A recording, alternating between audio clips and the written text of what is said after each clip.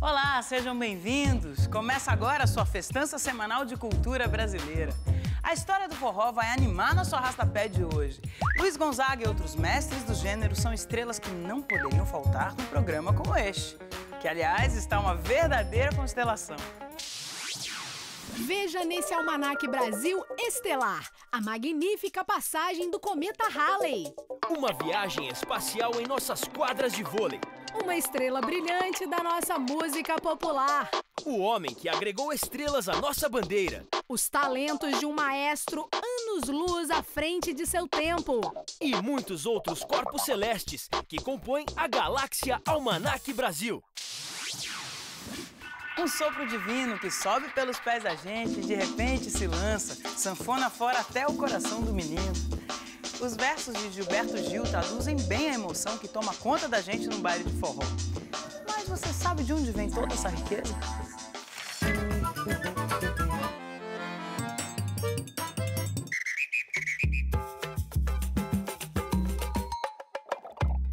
A empresa inglesa que construía uma ferrovia em Pernambuco promovia vários bailes para seus funcionários. E nos cartazes escrevia For All, ou seja, para todos. Alguns dizem que essa é a origem da palavra forró, mas outros defendem uma teoria mais consistente. Ela teria vindo da África, da palavra forrobodó, que em língua banto quer dizer bagunça, festança, arrasta-pé.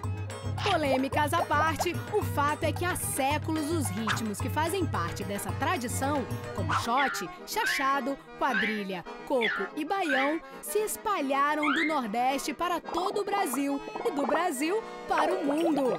O baião e sua família foram a resposta brasileira à invasão estrangeira de polcas, tangos e boleros no período. E perpetuaram-se na nossa cultura.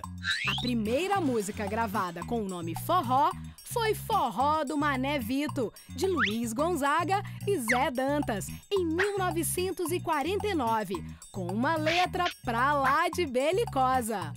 Seu delegado, sem encrenca eu não brigo, sem ninguém bulir comigo, não sou homem pra brigar. Mas nessa festa, seu doutor, perdi a karma, tive que pegar nas armas, pois não gosto de apanhar.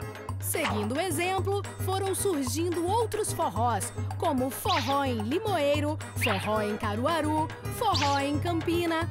Todos tinham em comum a sensualidade bem-humorada e muita valentia, turras e banzés. Pois forró sem confusão não é forró de verdade. Nosso convidado de hoje para um papo cabeça define o início de sua trajetória musical como um puro acidente. Feliz acidente esse que nos presenteou o talento do maestro Júlio Medalha.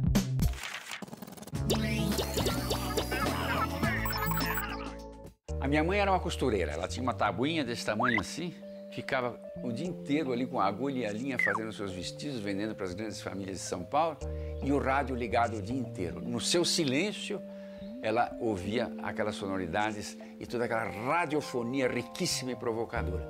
E tinha uma sonoplastia que envolvia aquele radioteatro que circulava pela casa, que eu ouvia. Comecei a me apaixonar por aquelas sonoridades, depois que me dei conta que era uma sonoplastia e uma cultura popular de altíssimo nível, com Stravinsky, Debussy, Tchaikovsky, e fui assim me apaixonando por uma sonoridade rica e me tornando depois músico, graças a essa provocação que veio pelo rádio brasileiro do passado. Minha formação é erudita, eu me formei na Alemanha como regente sinfônico, regi grandes orquestras e continuo regendo na Europa e aqui no Brasil, e fazer arranjo para alguns compositores mais inquietos aí, que sempre existiram na música brasileira, porque aí a gente entrava na música popular como uma espécie de provocador e levar um outro tipo de informação para a música popular que não faz parte daquela espontaneidade da música brasileira. Criou-se no Brasil, na realidade, uma matéria-prima musical muito rica, e isso então os compositores das chamadas salas de concertos, compositores eruditos, tiraram proveito disso. Isso é uma coisa muito antiga. A gente ouve hoje uma música de Bach, sarabande, gigue, courante, etc. Nomes tão sofisticados, bourrée. Na realidade eram danças populares. Minueto. O que era minueto? Minueto era um troço que dançava na rua. A corte pegou aquilo, trouxe para dentro da corte, dançou um movimento mais lento, etc. A valsa. O que era? A valsa é um minueto um pouco mais excitado, né? Então, essa relação da chamada música erudita com as raízes e com a expressão popular espontânea sempre existiu. Nosso papo com Júlio Medalha não para por aqui, não. A gente vai fazer só uma pausinha e depois do intervalo tem muito mais.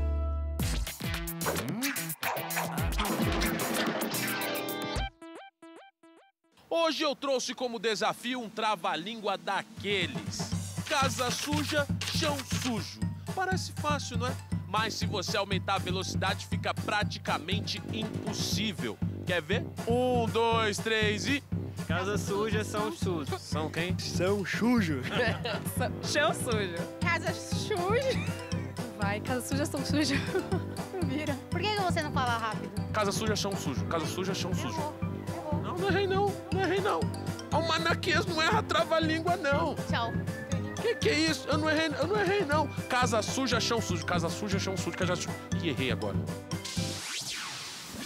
Quando rola um mal-estar, dor de cabeça, enjoo, entre outras mazelas do dia a dia, muita gente prefere recorrer à ciência doméstica. Afinal de contas, tem chá pra tudo, né?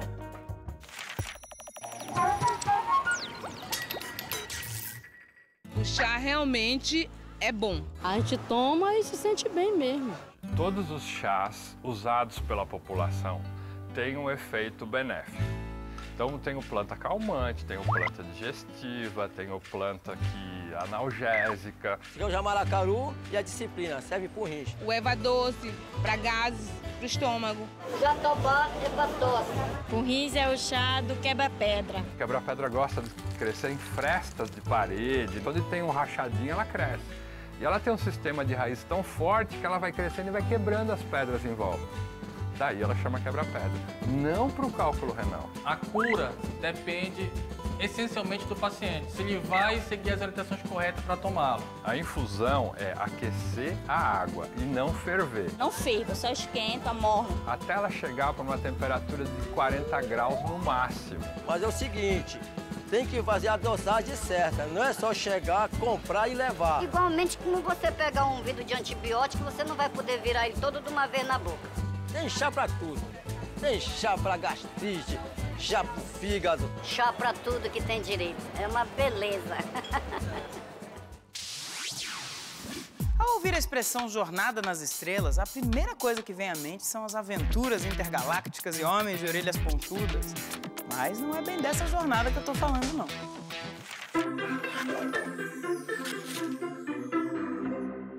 Hoje nós temos a melhor seleção masculina de vôlei do mundo. Mas até os anos 80, esse esporte não fazia muito sucesso por aqui. Foi quando surgiu uma geração de jogadores que deixou o país de boca aberta. Montanaro, William, Renan e especialmente Bernard. Foi ele o criador do saque Jornada nas Estrelas, batizado em homenagem à série de TV que fazia muito sucesso na época. A técnica consistia, basicamente, em sacar para o alto, com a parte externa da mão, mandando a bola a mais de 25 metros de altura. A redondinha caía a uma velocidade absurda, o que costumava causar problemas para o time adversário. A convidada do Cantos do Brasil de hoje já cantou um pouco de tudo. Do samba ao fado, da lambada ao forró, mas sempre com um estilo que é só seu.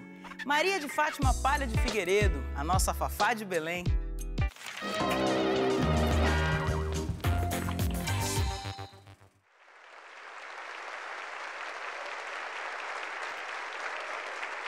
Fundamentalmente, eu sou uma mulher brasileira que canta. Desde a mulher mais simples, a mulher mais sofisticada, eu conheço esse universo feminino. E é essa mulher que eu tento verbalizar. Você vê esse meu jeito de pessoa liberada, mas não sabe que por dentro não é isso, não sou nada. Eu nunca me preocupei em vender disco, eu sempre gostei de fazer show e adoro. E essa é a minha onda, entendeu? É meu dilema de tudo que aprendi da vida. Eu canto conforme ouvi de Milton Nascimento, Fernando Brant, aonde o povo está e onde queira me ouvir. Vou recomeçar,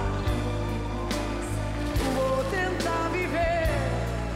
No domingo eu toquei com a Sinfônica de Heliópolis. E eu vi aquelas crianças todas, aqueles adolescentes, começaram a tocar com 4, 5 anos de idade e fizeram a opção da música, apesar da facilidade de virar um marginal. E é nesse país que eu acredito. É esse país que eu quero viver, é com esse país que eu quero cantar. E o Brasil é muito amplo, quer dizer, musicalmente é genial.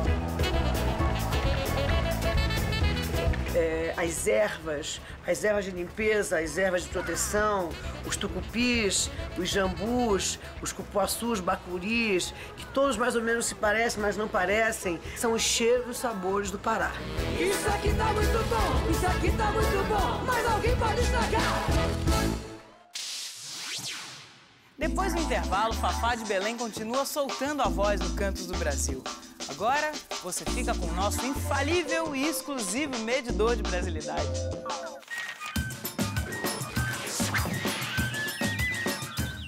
Chegou a hora de testar os conhecimentos do nosso amado povo com o Brasiliômetro. E como falamos sobre Luiz Gonzaga, eu gostaria de levantar aqui uma questão seríssima de paternidade. Um brasileiro muito notório e bastante popular em sua área se dizia filho de Luiz Gonzaga com Elvis Presley. Você tem alguma noção de quem seja esse cidadão? Imagine a combinação: corpinho de Elvis e cara de Gonzagão. Imaginou? Serguei aquele. O Falcão? Caetano Veloso. Nunca ouvi falar, não. Uma dica magnífica. Este homem de tão estranha paternidade tinha o sonho de ser escritor. Já matou? Daqui a pouco eu volto com a resposta.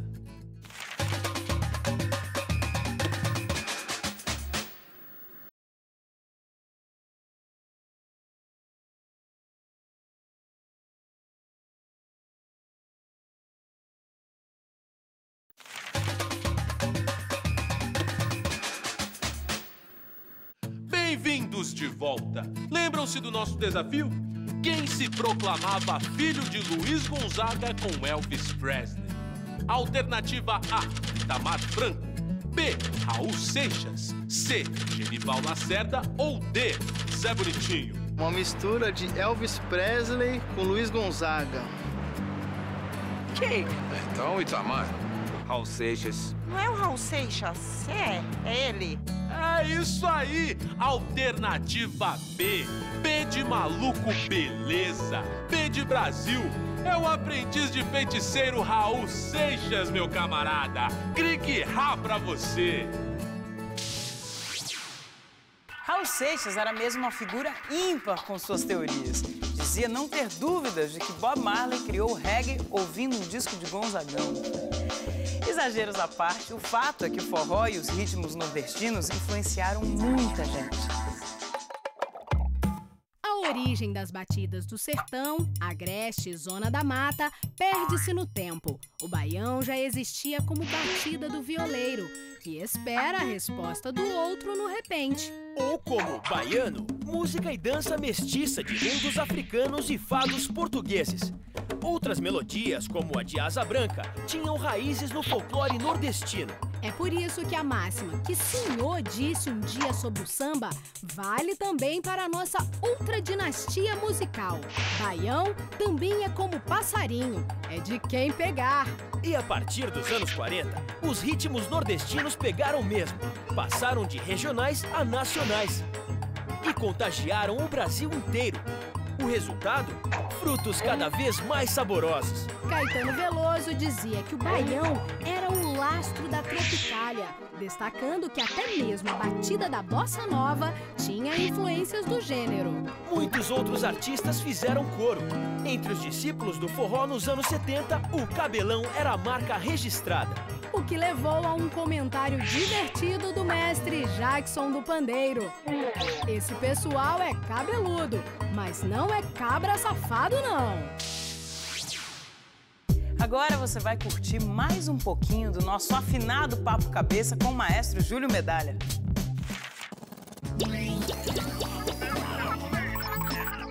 Eu fiz muita música para cinema e para teatro e para televisão, tem mais de 200 trilhas sonoras, né? Eu procurei desenvolver muito esse projeto de trabalhar com o som como um elemento de narração, que depois eu deixei até escrito em outros livros, né, que eu escrevi também, e onde eu procuro racionalizar essa função do som como um elemento de narração dentro de um contexto dramatúrgico, seja ele de televisão, de rádio, de cinema ou de teatro, né? O tropicalismo aconteceu na minha vida por um mero acidente, uma mera coincidência. Mas uma vez eu escrevi uma música para uma peça de teatro da Cacilda Becker, chamada Isso Devia Ser Proibido, de autoria do Braulio Pedroso. E a Cacilda Becker e o Valmor Chagas cantavam, né? E o Caetano Veloso assistiu nesse festival e me convidou então para escrever um arranjo de uma música que ele levou na minha casa, na Lapa, e disse: olha, essa música eu gostaria que você fizesse o arranjo, parece que vai se chamar Tropicália, não está certo ainda quanto ao nome. Que serviu, inclusive, de start, de início, de provocação daquele movimento tropicalista que foi um dos movimentos mais ricos de música popular brasileira que eu conheço no mundo inteiro, porque era uma coisa muito ampla. A grande qualidade daquele movimento todo era não só a sua provocação cultural, política e social, mas era também a grande qualidade das músicas. O grande desafio do século XXI agora é estabelecer outra vez um relacionamento da tecnologia com o talento criador. Infelizmente, houve uma separação das duas coisas, né? E nesse momento, quando os dois estiverem dialogando outra vez intensamente, eu não tenho dúvida que, com todas as conquistas técnicas e com todas as experiências culturais que se teve durante esse século XX tão revolucionário, vai se produzir uma cultura muito criativa, nova, provocadora, de grande qualidade, que vai fazer o ser humano mais feliz. A passagem do cometa Halley foi um acontecimento muito aguardado em 1986. O estardalhaço da mídia e a expectativa do povo eram bem grandes. Mas há quem diga que não foi lá grandes coisas. Mas apesar da frustração, o evento ficou na memória. Lembra dessa?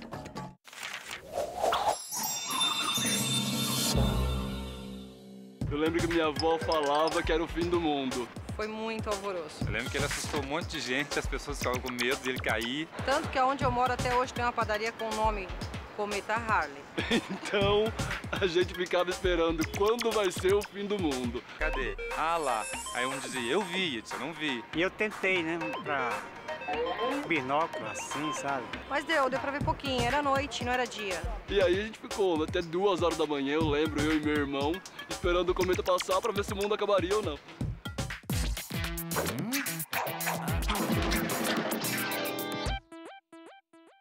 Sabe quando a gente ganha alguma coisa assim, espontaneamente, sem ter que dar nada em troca e sem ser Natal ou aniversário?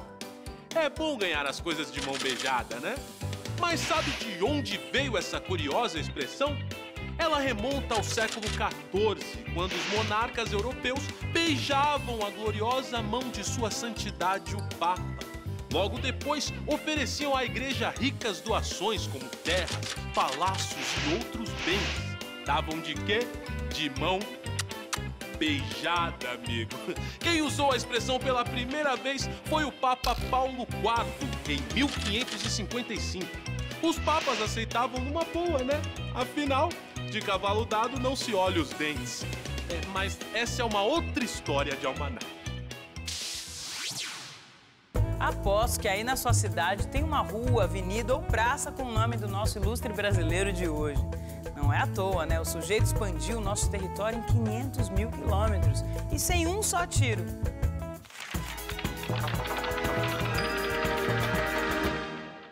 José Maria da Silva Paranhos Júnior, ou Juca para os íntimos, entrou para a história como o Barão do Rio Branco, um dos nossos mais consagrados diplomatas. Antes dele, nossas fronteiras mudavam seguindo os interesses de cada governante. O Barão fechou acordos para consolidar para sempre o território nacional. 500 mil quilômetros quadrados foram incorporados ao Brasil, incluindo um estado inteiro, o Acre, cuja capital leva o seu nome. Não é à toa que ele é considerado o patrono da diplomacia brasileira. Barão do Rio Branco foi ministro das Relações Exteriores ao longo do mandato de 4 presidentes. Sisudo à primeira vista, logo conquistava os interlocutores. Apreciava feijoada, peixada e compota de bacuri, que adotou como uma das sobremesas oficiais no Itamaraty. O barão era tão considerado que, quando faleceu, em 1912, adiaram até o carnaval no Brasil. Dá pra imaginar? A frase de Getúlio Vargas resume bem sua trajetória. Ele, apontando para o mapa do Brasil, poderá dizer: eis o meu poema. O surf é um esporte que já faz parte do nosso cotidiano.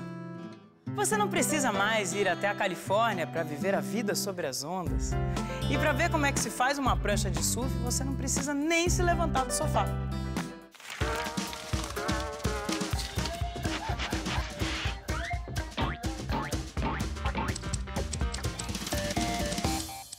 O surf nasceu na Polinésia. Só os reis que podiam descer as ondas de pé, tá? Os seus súditos lá só podiam descer as ondas deitado. A nossa matéria-prima hoje dentro do Brasil é uma matéria-prima muito boa, comparado a anos atrás. Então isso deu uma evolução muito legal mesmo, sabe?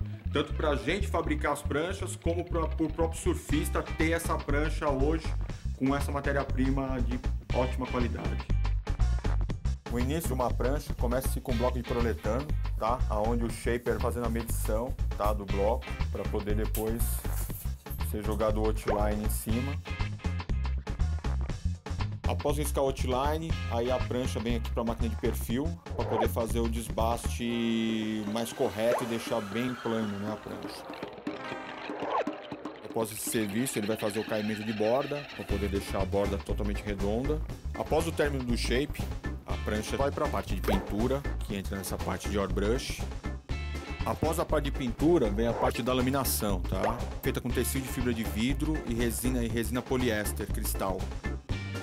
Depois da prancha laminada, é dado um banho de resina nela, que seria os hot coats.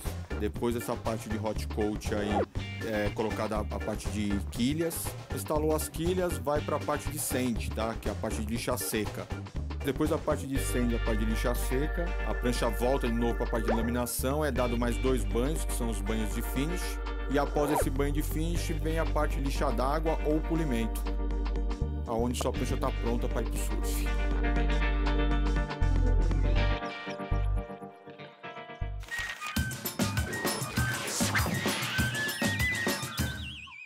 E lá vai novamente o Almanac Brasil fazendo o bonito, difundindo a cultura e testando os conhecimentos da nossa população. Temos agora, especialmente para os amantes do futebol, um enigma sonoro. Vamos ver quem sabe de quem é esta voz.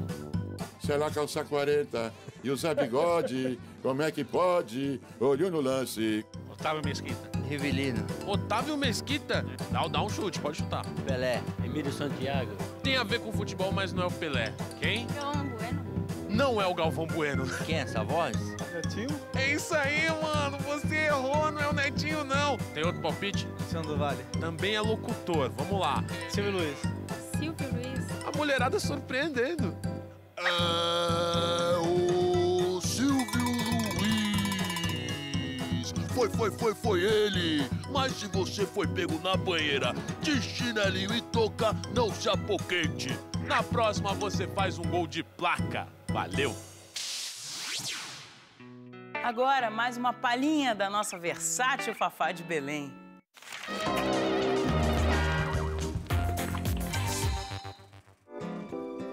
A vida, para mim, é sempre uma busca de novas coisas. Eu não me aquieto, não gosto do tradicional, não tenho paciência para ter um estilo. Se você crê em Deus, erga as mãos para os céus.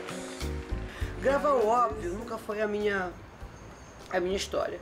Quando eu gravei a primeira dupla sertaneja e coloquei no circuito das FMs, gravei Estamos em Choró, queriam me crucificar e jogar sal em cima, né? Longe dos olhos de dentro do meu coração. Eu acho que isso é que me mantém,